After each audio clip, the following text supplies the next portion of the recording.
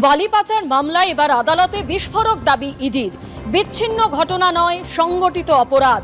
ইডির তরফে এমনটাই জানানো হয়েছে। জিডি মাইনিং কোম্পানিতে এমন অনেক ডিরেক্টর ছিলেন যারা শুধু নামেই ছিলেন ডিরেক্টর। পূর্ব মেদিনীপুরে 3টি, পুরুলিয়া, ঝাড়গ্রাম আর বাঁকুড়াতেও সাইট আছে এই কোম্পানির। সংস্থার কাছ থেকে বালি বিক্রি বা রয়্যালটির পুরো হিসেব এখনো পাওয়া যায়নি। প্রসঙ্গত গতকালই বালি পাচার মামলায় প্রথম গ্রেপ্তার করে ইডি। গ্রেপ্তার করা হয় জিডি মাইনিং কোম্পানির প্রধান অরুণ সারাফকে। 29 লক্ষ টাকা বাজেয়াপ্ত করা হয়েছে বলে খবর ইডি সূত্রে। ভুয়ো চালান তৈরি করে বালি পাচারের টাকা আত্মসাতের অভিযোগ রয়েছে তার বিরুদ্ধে।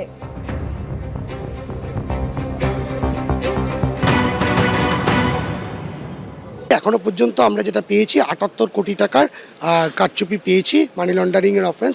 এখনো পর্যন্ত ইনভেস্টিগেশন সবে শুরু হয়েছে। উদ্ধার হচ্ছে নগদ 29 লক্ষ টাকা।